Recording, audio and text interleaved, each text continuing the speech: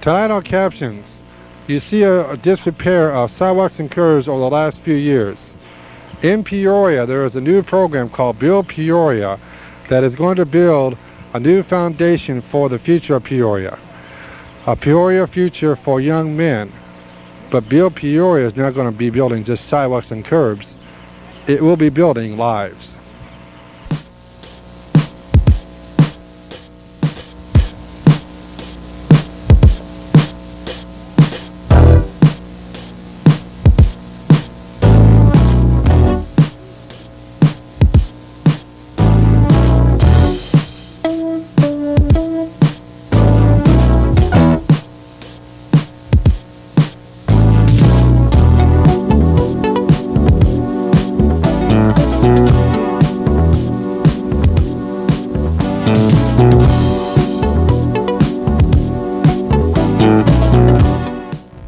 Building sidewalks, while that's a productive, constructive thing to do, that is not the main purpose. This is not an apprentice program by any means, but it's a program to prepare young people to go out into the conventional world and make a living for themselves and be independent.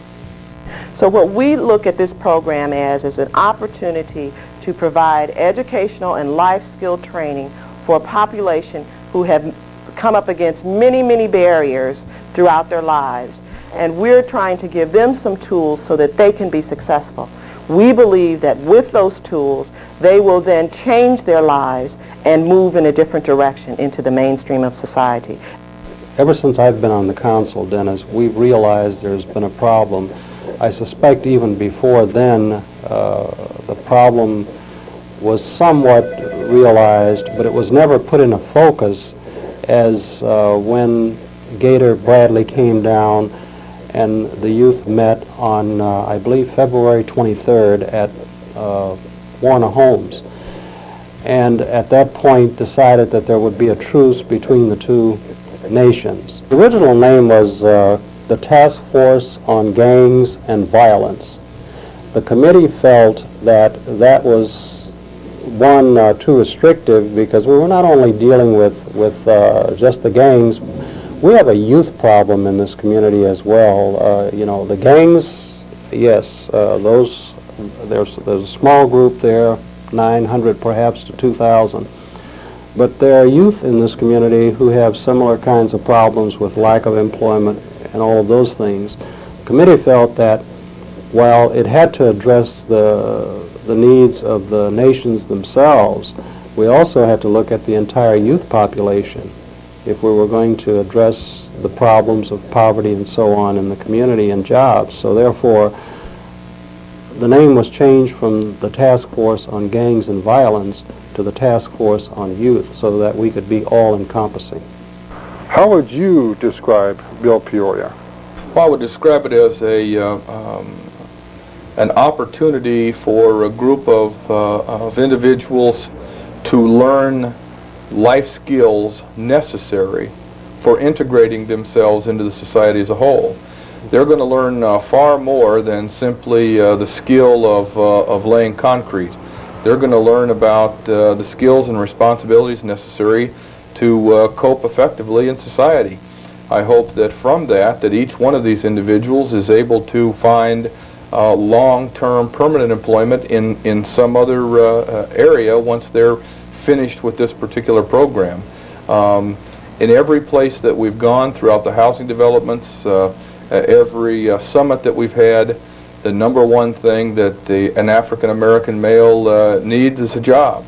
And we've been able to provide that, and a substantial job, not just some make-work type of situation where the individual learns no skills, comes away with no skills, and then after a couple of months the job is gone. It's not a make-work situation, and I think it is an opportunity of substance. And I think, as evidenced by the enthusiasm at the graduation of these group of fellows, the first group through, we graduated 37 the other day, and they were quite enthusiastic and quite an impressive bunch of young men. When you came to Peoria, how did you view the crime rate among young people, and how did you plan to attack it? Well, did not specifically look at the crime rate amongst youth. I looked at the crime rate amongst the throughout the entire city, and we've developed what we call a comprehensive crime control strategy to deal with the crime rate throughout the city. And different parts of the city require different types of and levels of police service, and our strategy addresses those sorts of things. And so we look at the overall crime problem and crime amongst youth as being a significant part of that. After the 4 murders of young African-American males at the outset of 1993, what new direction did you believe had to be taken? Well, we worked very closely with the PHA administration. We worked closely with the Ministerial Alliance, and we began to look at some different strategies on what we needed to be, how we need to be addressing this issue. And I think out of that came the Mayor's Task Force on Youth Violence, and putting that group together. So I think that that set of homicides were probably the impetus for the task force. What is your opinion of Wallace Gator Bradley? Well, I have a very high opinion of Mr. Bradley. We've worked very closely together since his arrival here in our community. He certainly was the catalyst to bring the rival gangs together to sit down and discuss other avenues besides violence towards one another. And that truce is held to this point. He certainly helped us with our task force. And I think he's brought to the community an element of collaboration and bringing people together that otherwise in the past have not been together. Since the truce has been in effect, how much has crime dropped among young people in Peoria? I don't have any idea in terms of the specifics, but crime in the housing developments, which is what the truce is aimed at, has dropped substantially. And the homicide rate certainly is one indicator. We haven't had a homicide, gang-related homicide in the housing developments since the truce has been put in place. You helped organize the Mayor's Task Force on Gangs and Violence, and then later was called a Task Force on Youth. What was your specific role? Well, initially my role was to put together a model. In other words, what is the model? What should it include? What groups, what entities should be involved in this task force? What should its purpose be? What should its objectives be? And I began to put together the model for which the task force is based. Since then, I've simply been a member of that, working member of that task force, which includes a variety of very talented and skilled folks. What were some of the concerns of the police department regarding the youth and whether or not something like this would succeed? Well, I haven't heard any negative response from the department. In general, I think the officers are in favor of doing anything that will have a positive impact. Certainly what's been occurring and has occurred in the past has not worked very effectively. And so I think they're willing to give this an opportunity. Why do you think participants have never been able to get jobs before? I wouldn't want to speculate. I'm a newcomer here. I wouldn't want to speculate. I think that the problems that exist in Peoria, which is an urban center, are a microcosm of the problems that exist throughout urban America. And we are going to have to deal with these problems, the problem of unemployment, the problem of teen pregnancy, the problem of homeless. These are all social problems that confront every urban area in this country, and we're going to have to deal with those or the quality of life, or suffer the consequences, which is a significantly diminished quality of life for the entire community, not just for one segment. And I think that we're going to have to come up with unique ways of dealing with these issues. The Build Peoria program, of course, has suffered some criticism. Well, I think that any type of new program is going to suffer some criticism, but we have to look at new ways of dealing with old problems, because these problems are old because we haven't been effective in addressing them in the past, and not just Peoria, but urban America as a whole. If this had come up 5 or 10 years ago, probably would have been better received. As a matter of fact, if it had come up 30 years ago, it certainly would have been well received, because if you can recall, perhaps you're not old enough to remember that, but I remember the Great Society programs where we spent billions of dollars on trying to cure the social ills in this country. Much of those funds went to administrative salaries in those days. The problems are still with us, and in fact many of them have magnified, they've increased geometrically almost in some instances. So therefore I would say that probably a few years ago it would have been far more receptive. I think now we have a conservative reaction to a lack of success in many areas where we've spent a lot of public dollars to combat social problems. But I see those programs in the past as not creating independence among those who were being served. They were creating, I think, more of a dependence. One of the things that surprised me was that you've heard comments about, well, some of them have said they want high wages and those kinds of things. We were told that they would take minimum wage jobs. They simply cannot find work. And it goes back to what I was saying earlier, that when you have those kinds of past histories where you've been arrested and convicted, employers don't want to hire you. So if we can get that changed and get employers to say, well, we'll give them a second chance, or a first chance, not a second, a first chance, because many of them haven't even had the first chance, then maybe we've done something that we can see marketed elsewhere in this country. The private sector is involved now more than the public realizes. We've gotten commitments to hire some youth now, not the nation's, but youth who have no real problems. We've gotten commitments to hire some now from the private sector. We've also gotten commitments, which is kind of interesting, that after some of these young people who have past histories that are really not good, they have been arrested and convicted in many cases, we've got commitments from several employers in the community to hire those young people if they successfully complete our program. This would be a major breakthrough, because right now employers typically will not hire young people who have conviction records. Not only young people, anyone. That's just not done except in rare cases or on some of the most undesirable type jobs. The only reason we've chosen sidewalks is because that's something that you can see immediately, and we know that our young people are accustomed to instant gratification. If they are able to go out and put up a sidewalk over a period of a few days and look at that with pride and say, well, we've done something, and that's going to last for years and years and years. At the same time, that builds confidence. It does something for the city, because God knows we need sidewalks, curbs, and gutters replaced in this community. They're all over the place where you can find them crumbling.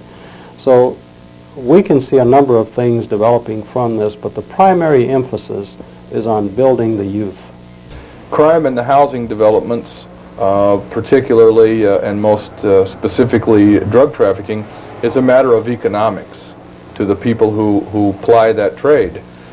Give them some economic alternatives, then there's no necessity to continue in that illegal business. What is your goal for Build Peoria in the long run? Well, I'd like to see Build Peoria become a model that other cities across this country can look at as a program that's effective in extracting people out of criminal activity and giving them an opportunity to join society in a viable fashion. And I hope that it becomes a model to other cities and on how you can get rival gang members to work together, how you can get people the life skills and the work skills necessary to join become a productive member of society, I hope that's the long-term goal. Well, the critics are saying that the nations of the city are blackmailing the city with Bill Peoria. You know, what is your response? Do you think there's too much money being spent on it, or? My response to the critics is this: give me an alternative. It's easy to be critical. Give me an alternative. I haven't heard one critic give a viable alternative. PCCEO Head Start is now registering children for our 2012-2013 school year. Head Start is a safe, nurturing environment for children between the ages of 3 and 5. Head Start provides a variety of support programs for families to help them on the road to success. Half-day sessions and full-day sessions are now available. For more information, please contact 671-3960. Give your child and your family a Head Start. As all of you know, this program has been in the making for several months, so we hope it to be a model for the state of Illinois and for the country. And before we get started, let me briefly introduce some of the people who have been very instrumental in making this program a success. From our city council members, we have Mr. Nat LeDoux. Please stand. Mr. Andre Bohannon. Mr. Dave Ransberg. Introduce some of our task force members, Mr. Ken Hinton, Rob Parks, Keith Rippy, Mr. Wallace Gator Bradley, Mr. Marcus Burnside, Mr. Alan Moore, Mr. Mike LaHood. Give all of them a hand. From our Provincial Council, we have our Vice Chair, Mr. Wes Duran. Give him a hand. I'll be very brief because we want to bring on our round of speakers who want to comment on your success and the outstanding job that you've done this far. I'd just like to say it is really an honor for me because I think I was there when most of you walked in the door. I saw you as you walked into our orientation room, and I saw the enthusiasm all of you had. Matter of fact, for my part, my job was to, when I opened up the orientation, I was to give you a background on the Bill Peoria program. And in every case, you told me what it was all about. You told me the reasons we were here. You told me about the need and your desire. You told me about your desire to work and build your families and build your community. You told me that you had a sincere desire to make your life better and to contribute to the betterment of this community. In that sense, it's an honor to be here with you today.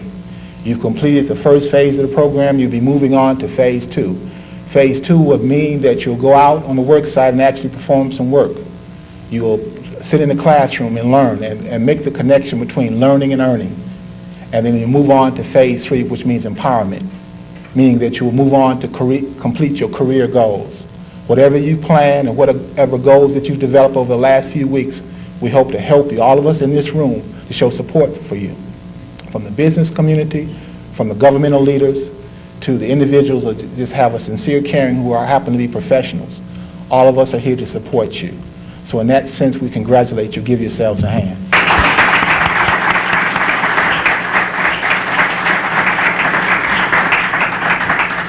At this particular time, we'd like to bring on one of our task force members who's been very instrumental from the very beginning, not only in this project, but in a number of other projects. Oh, we have another Provincial Council member, Ms. Sue Colleton, walking in the room.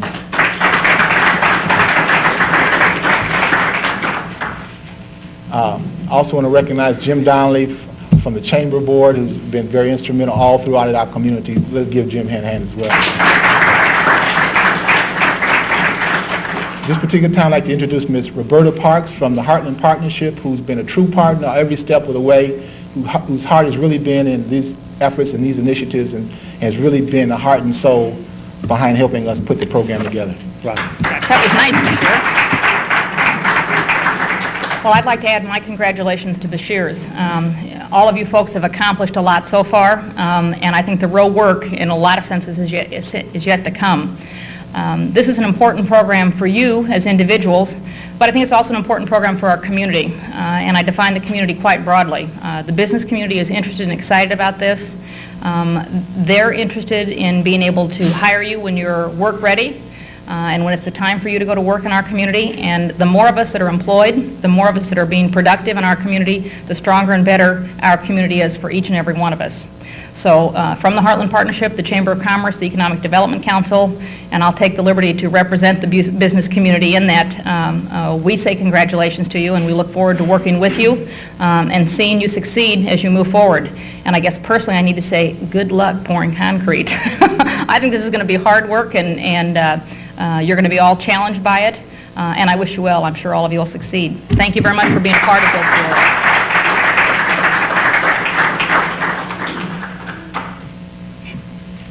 At this point, I'd like to introduce a gentleman who really took a leadership role in spearheading this whole initiative as chairman of the task force as well as on the council. He and Mr. Andre Bohannon both worked very well together as the council representatives that helped bring this program about and made it a reality. So Mr. Nat LeDoux will come up and give you a few remarks. Give Mr. LeDoux.